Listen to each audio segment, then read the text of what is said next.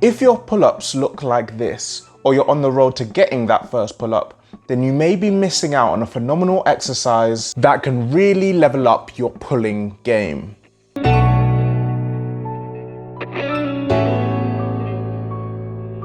Okay, so when it comes to pull-ups, specifically pull-ups for beginners, we tend to see the same 3 progression exercises banded around. Let's run through them real quick. First, we have body rows. These are awesome for building global pulling strength, but what I love most about these is that they are easily scalable. An important trait to have in a beginner exercise, but they lack that specificity that transfers into actual pull-up strength. Next, you have pull-up negatives. This is where we focus on the negative part of the pull-up. Makes sense, right?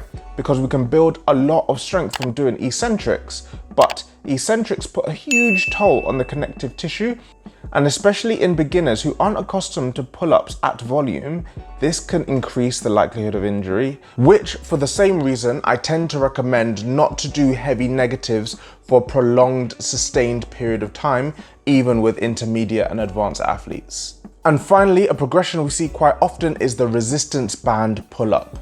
This is probably my favorite of the bunch, great for specificity, movement familiarity, and building strength, but you get a lot of aid with the bottom portion of the movement, which sounds great in theory, especially when you consider that a lot of beginners struggle to pull up from a dead hang. It makes sense to help beginners with the most challenging part of the exercise, right? Well, not if you want to build strength there. This is why so many beginners can do multiple reps of pull-ups on the lightest band available to them, but the moment you take away that band, nothing. Which brings me on to the pull-up progression that I believe is so highly underrated. Allow me to introduce to you the Jackknife pull-up. Well, what is a Jackknife pull-up? Glad you asked. The setup for the Jackknife pull-up is very simple. You'll need a low bar, or you could use some rings. Sit directly under the bar, knees slightly bent to simulate a dead hang, and simply pull yourself up while allowing your legs to support with some of the weight.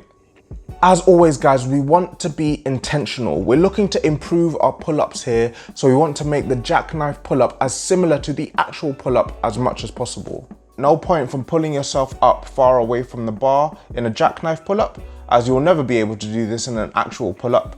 There's also no point in getting the legs too involved here and turning the Jackknife pull-up into some sort of assisted squat.